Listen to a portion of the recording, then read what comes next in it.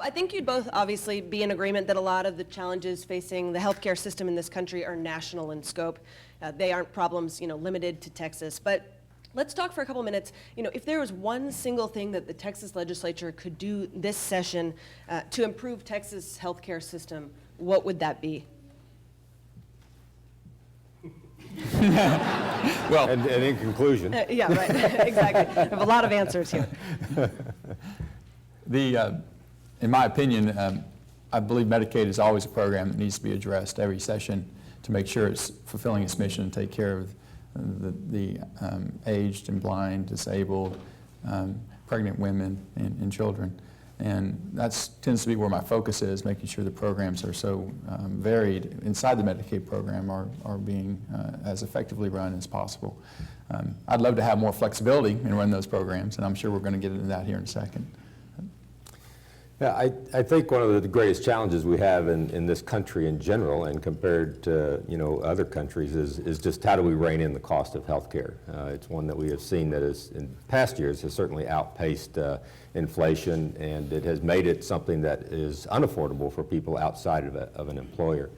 And I think anything you do in Medicaid also applies to the world of general insurance and health care, and that is what are those drivers are the things that we can rein in that cost of health care. And I always go back and focus on two, and I know I sound like a broken record on this, but people have to have financial accountability for their health, and we call that skin in the game. And there does have to be a way that health care is paid for based on quality and efficiency. We don't do that right now. We have a productivity system which gives us exactly what a productivity system does, and that's lots of things in order to deliver the services and so forth. So I think the financial accountability, that's a fairly simple one to do. The one whereby we actually address rewarding the healthcare system, the deliverers of healthcare, quality and efficiency, I think that's really the bigger challenge we have out there. But there are steps moving in that direction. It won't happen overnight, but I think the movement towards that direction is one that will help rein in the cost of health care and at the same time drive quality. All right, well, let's jump in and talk about the big kahuna, which is the Medicaid expansion. Obviously, we've had a lot of news this week. I think so far, if my tally's right, 8 Republican governors have announced their intention to expand Medicaid, which is one of the non-mandatory tenets of the Affordable Care Act under the Supreme Court's ruling. As for Rick Scott in Florida, it appears that the flexibility that state was given to expand Medicaid managed care in some cases, which is something Texas did in the last session, was really sort of one of the determining factors for him. First of all, where do you both stand on expanding Medicaid in Texas? Second of all, what do you expect to see from the legislature this session? I think the two tenets you need to start with is that the Medicaid system is a broken system, and expanding a broken system is no way to fix it. And the other tenet is that from a macro level, the financial picture of our country is also unsustainable. We have trillion-dollar deficits for the last 5 years, adding 60% to our national debt, which is now at $16.5 trillion. And the Medicaid expansion really needs to have, if we were to do it, needs to have the flexibility to where we can fashion a program that's right for the citizens of Texas. It helps increase access to care, but at the same time is right for the taxpayers of Texas. And I don't want to expand it until we move somewhat in that direction. And just expand on what that flexibility is. Specifically, sure. What does Texas want from the Obama administration? I think individual responsibility. I believe, as Chairman Zerwas said, skin in the game is important to driving costs and controlling costs. If you have no financial disincentive, you're going to seek services and utilize services at liberty, and that drives services up, the provision of services up. In addition, I think we need to have some flexibility in the benefit package that's offered in Medicaid. Maybe there are certain subsegments of Medicaid recipients that don't need a full package, that especially maybe an expansion group, for instance, that are well-bodied and adult childless individuals. That's the population that's being talked about in reference to expansion. Those individuals might not need the services that other individuals inside the Medicaid system currently receive. So benefit package as well as individual responsibility are two areas that certainly need flexibility if Texas were to take any course different than what it is currently on. Right, I agree 100% with what the Senator has said. The quote-unquote flexibility that Florida got to float managed care out as an option for delivering Medicaid services is something that we've been down the road for quite a while on that, and so I don't have a sense that that was something that was particularly well negotiated, you know, in terms of the governor of Florida holding out on accepting the Medicaid expansion. But I do stand with the governor on the position that we should not accept the expansion of Medicaid under the current rules that we currently have to work under. The Senator is exactly right. It's a broken system, and the place that it's most broken is the actual integrity of the safety net. You know, the physicians that are going to be willing to be part of this system is down to nearly 30% now, just north of 30%. If we throw another 1.5 million people into that program and expect that that safety net is going to very willingly step up and give them the access that they need, or that we expect, that's the big premise that this is based on, is an illusion. They're not going to do that. Why would they step up and be more involved in a system that clearly doesn't cover the cost? Now, from the hospital side, you could say, okay, fine, this is going to help cover some of the costs that they currently are bearing. But remember, this program, in the current way that it's modeled, is just an underinsured program. It does not come close to covering the cost of Medicaid services in the hospital setting. So here's what the scenario that I played out before it, as I've considered it. You expand this to 1.5 million people. You don't do anything to encourage the safety net to stay part of that and really to try to grow it and make it work. They're no longer available. Where do they access their services? Well, hopefully they'll access it at some kind of primary clinic out there or home, but what they'll very likely do is access it in the most expensive part of the healthcare system, the emergency room. And that's exactly what we're trying to avoid in this circumstances. Now, is that something that I've made up or that I've dreamed up? No, it happened in Massachusetts. It's exactly what happened in Massachusetts without paying attention to what it's going to take to maintain that integrity of the safety net. So, and let me just say this. I likewise believe that, you know, people who have insurance are going to be able to have better health care. One does not mean the other necessarily, but clearly if you look at just the statistics related to people that come in with later stage cancers, more malignant hypertension, end-stage disease related to diabetes, people that have insurance access health care and have less of those consequences than those who do not, if you just look at that one variable. So we as a state need to figure out a way to address these 5 to 6 million people that are uninsured. Part of that's going to be through the exchanges and through the subsidies that the federal government has set up. That's not part of the equation here. An exchange that Texas is not setting up. The exchange is there. Yeah, we haven't set it up. You know that I was down that road, and we didn't do that. Can you expand for the audience what that means? Yeah, the healthcare exchange is basically you know, the marketplace to go buy and sell health insurance. Exchange is not something new. We buy and sell stocks in an exchange. We buy and sell cattle on the exchange. Here's a way to buy and sell insurance, and so it's not anything that I think is you know, necessarily a bad thing. If we had a block grant for Medicaid, I'm very confident we would have an exchange to manage that program. But unfortunately, during this whole era of healthcare reform and the term of Obamacare being coined, exchange got synonymous with Obamacare. And politically, it could be radioactive for some individuals if you had to have that hanging around your neck. So it didn't happen. I still think that the exchange as created by the federal government will be there to serve Texans, and they'll be able to access that if they fall into that group of people that qualify for subsidies or tax credits out there. I also believe that the federal government, in its sort of one-size-fits-all mentality, will mess it up, and Texas will be willing to take it back and make it work for Texans. And so that option is always there. Dr. Schwertner, do you see an irony in Texas, you know, having to roll out this federal exchange when Texas had the opportunity to produce its own? Well, I think the exchange would have, if the state had done it, would have had to comply with a lot of restrictions and regulations of the federal government.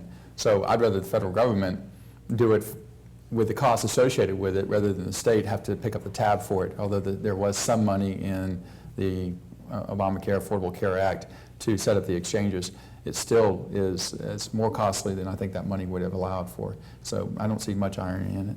So if you are both leaving the door open to a Medicaid expansion, if it's done sort of, under Texas's terms, or if Texas gets to negotiate with the federal government a deal, who's driving this car? I mean, who is, the one reaching out to the Obama administration saying, these are the terms that we'd like? Who's in charge here?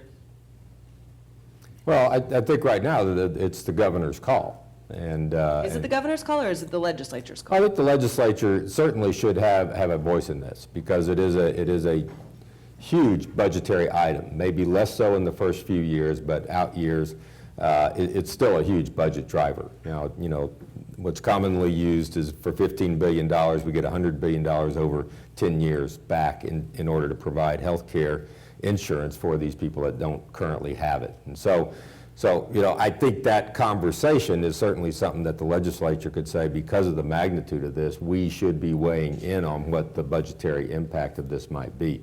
But at least in the current situation that we have in front of us, the actual amount of monies that would be invested, like in this biennium, to make this happen is not extraordinary. But I think that at this point the governor has weighed in, and again, as you've heard from myself and the senator, I think that's a position we want to be in, because to try to get anything that would uniquely fit Texas as somebody that says, okay, we're going to take it and try to negotiate something after we've taken it, I don't think is a position of strength in order to sort of define the things that we need. And so I think this is the position that we should be in. We should work hard and garner our resources that we have in order to go speak with the federal government and try to explain why we think these things would be good for us, and ultimately, frankly, good for the Obama administration. Because if you don't have Texas participating in this, you've got a real problem. Right. I mean, Florida was a pretty big coup, obviously, as far as getting their numbers up. It's okay, but it's not Texas, I'd like to say to that, each legislator and the legislature as a whole needs to make their own decision as to whether or not Texas is best served by a policy change of fundamentally changing Medicaid, the Medicaid program, to one that serves a certain population, the most needy, pregnant women and children, to a policy decision that covers a group of citizens that are able-bodied, childless adults. Is that what Medicaid was envisioned for? Is that the proper role of state health welfare to be doing? That's one question I think each legislator needs to ask. And another one is, do we enter into an agreement and bind future legislatures with a federal partner that is managing their own books in a way that is financially imprudent, to say the least? And do we believe the promises put forth through that law that it will always be a 90-10 match? And if not, I can see it being very difficult for future legislatures to diminish services or to completely get rid of the expanded services. Those are difficult questions, and individuals have differing answers to each one of those questions. Well, how do you both answer the philosophical question of whether poor, able-bodied adults should be receiving subsidized health care? Well, I'll take a stab at that, and that is there a marketplace right now for people in these various income brackets to access health insurance? I think most of us would say it's a responsibility. Some people would say it's an entitlement, that it's a right, but I take the perspective that it's a responsibility for people to access health insurance for what are all the obvious reasons.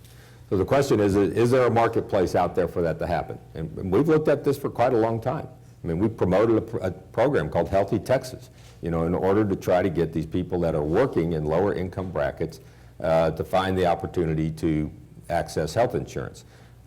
Hasn't taken off that well. In fact, I don't think we're going anywhere with it, frankly. But, the point is that, if we accept the fact that, health insurance is a good thing, it's a responsibility, we have to be sure there's a marketplace out there for people to access that. And it doesn't exist right now. And so I don't like the idea of government subsidized insurance at all. But I do think that there is a way that we can take the monies that are due Texas in order to produce these products or produce these opportunities for people to fulfill their responsibility out there. I always take the position that, I'd like to have it all in a block grant. I'd like to have all the Medicaid program, including this expanded population, in the form of a block grant. And I think we could do what Rhode Island did in the use of a block grant. And we On a could much smaller, Rhode Island's a they're a much smaller pilot. They're a pilot project. It's Houston, Texas, is what Rhode Island is. But it clearly demonstrates that if you take, the revenues, the resources that you're due, define the program to meet the needs of that population, you can save money and deliver equal or better quality care to those individuals. That's not going to happen with this administration. I accept that. It's not going to happen with this expansion population either, I don't think, although that's what I would take a position to argue for in a negotiating. But there are the elements that Senator Schwertner has mentioned that are integral to a block grant mentality, if you will, that makes that work. And I would say if you can get a few of those things, then we are in an opportunity to say we can make this work for Texas. But anything less than the 3 or 4 things that Senator Schwertner mentioned are not going to make this work, because it is going to ultimately be a tremendous financial burden to the state. Because the federal government, in my opinion, in perpetuity, is not going to give you 90% of the cost of these individuals in light of the financial circumstances they find themselves in Washington. They're going to be very easy to peel back to let's do CHIP at 70%. Let's do Medicaid at 60%. Y'all are used to that. Swallow it and pick up the balance. That becomes a huge burden for us in terms of delivering on education, infrastructure, public safety, all the things that state government should be really about. Now are going to have to take those resources and devote them to an entitlement program that's going to be very, very difficult to sustain, not only financially, but in terms of providing the safety net to deliver the care. The portion of our budget, state budget, allocated to health care has doubled from 1990 to 2000, from 2000 to 2010. The GR portion of it now is 30%. The total funds is 37%.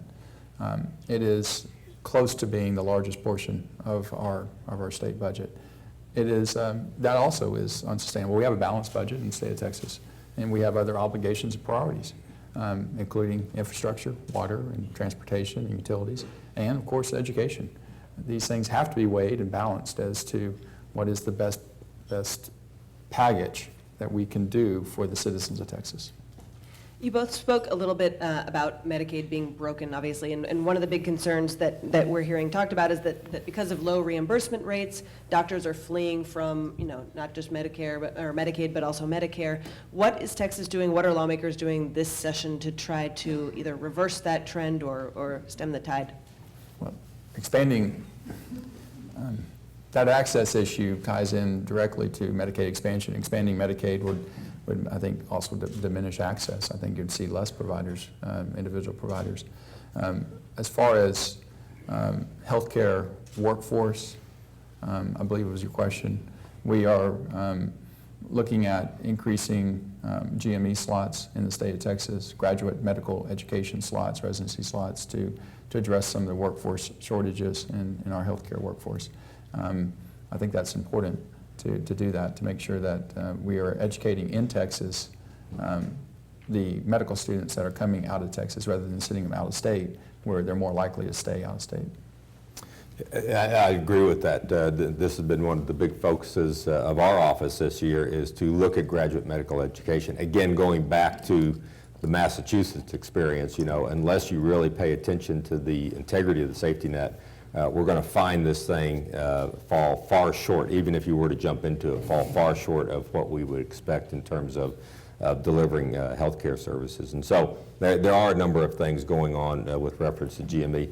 If you just look at it from the point that Senator Schwertner made, we graduate medical students, you get your MD. In fact, you get your license to practice, but you really don't know how to do anything, So you have to go get your graduate medical education. And if you do that out of state, there's a much less chance that you're going to stay in this, you're going to come back to Texas to practice. Texas actually does pretty good because it's a very, very favorable business climate for medical practice. So even those that leave, 62%, I think is the number I've heard, do come back to Texas to practice. But if they stay, if they do their medical school here and they do their graduate medical education here, it's nearly 90% chance that they're going to stay. That's what we want to have the opportunity for Texans to participate in. But let's talk about once they're here and when they stay and then they go into practice and all of a sudden, they want to treat Medicaid patients and their rates are, exceedingly low and non-competitive. Would the legislature consider hiking Medicaid rates? Is there any flexibility in the budget to try to do that? You hit the nail on the head there, flexibility. That's what we need in reference to the Medicaid program, to design a program that meets the needs of the citizens of Texas, as well as increases access. And physician reimbursement is one of those issues associated with access. It is difficult to run a practice when you are in a situation that you're actually marginal in reference to any ability to stay in business if you are primarily Medicaid. So if we had flexibility, I think we could design a program that is right for the citizens and also right for the providers and long-term viable in reference to the taxpayers and the dollars allocated from the state. But you're talking about flexibility from the federal government, correct? I mean, I'm talking about Yes. will Well, state lawmakers we hike send our Medicaid money up rates? to Washington, and it comes back to us with rules and regulations and golden handcuffs. And also not at 100%. Also, I don't know what the percentage is, 94%, 95%. But nonetheless, it's supposed to be a state-run, state-administered program with a lot of state oversight. Unfortunately, a lot of the rules and regulations are put down upon us by the federal government, and that's frustrating. Just as counties don't like the state as an entity to put down rules and unfunded mandates, we certainly don't like that from the federal government and our federal partners. We've had some increases in the past. We saw increase in physician and dental reimbursement with the FRU settlement, and Right. so we did see that actually kind of prop up the safety net to a degree. More people were willing to participate in that. So we do know that works. Last session, we were in a dire situation from a budgeting impact, and initially there was a consideration of actually depressing those fees even more, and the consequence of that, as we studied that, we felt would have been disastrous. And so we kind of live by the physician mantra, first do no harm, and so we said let's keep them level for now and hope that we can hang on to what we have. And so we are limited to some degree, reining in the cost of Medicaid program because of the restrictions that the senator has referred to, really limits us to looking at what do we pay doctors, what do we pay hospitals, what do we pay nursing homes, what do we pay the deliverers of healthcare out there. We need to have the opportunity that allows us to better manage that, short of having to kind of impose massive increases in taxes or things of that nature that are going to try to prop this up and stuff. So I think that's what we're talking about in terms of flexibility. This session, I certainly don't think that we're looking at trying to compromise what we pay the delivery network out there. The hospitals took a pretty big hit last time in terms of the way we manage some of the things. In addition to cuts, we created a statewide standard dollar amount and created these modifiers and things like that. And so we have to be very, very, focused on that also because we know what the impact of some of these things can be to the hospitals. But likewise, the delivery network in terms of the physicians and so forth, we need to look at that and make sure that we're in fact not losing ground on that. You've both talked a lot about flexibility, and in the last legislative session, Texas did ask the Obama administration for flexibility in the form of the 1115 waiver. Tell me, in your opinion, has it been effective? Have we seen sort of the real, cost and efficiency savings? Have we seen? Is it too early to tell yet, or how's the 1115 waiver working? Well, I think the 1115 waiver, it's too early to tell, but it's the waiver that was created in basically to replace the old upper payment limit program, which basically was lost by virtue of rolling managed care out across the state. So it replaces that source of federal revenue to make up for the uncompensated care and the shortfall that you see taking care of Medicaid patients. So that's what the intent of this is. Uniquely, though, it has the potential to draw down a lot more money because you can use more intergovernmental transfers, they call them, public money used for the provision of health care, and match those at the federal government level and pull down tremendous amounts of money, billions of dollars. What the state has done is to divide it into 20 regional health plans, and those regional health plans put their IGT up, matched at the federal government, comes back to them, And here's the unique thing about it, yet to be seen whether it's successful, but they have defined a group of projects that are in this waiver called incentive projects. DISRIPs is what it's actually the acronym that's used for it. And they have decided as a regional health plan, what are those things that we as a community need to do to improve the health of our community, and we're going to basically get these monies based on the outcomes that we achieve in that area.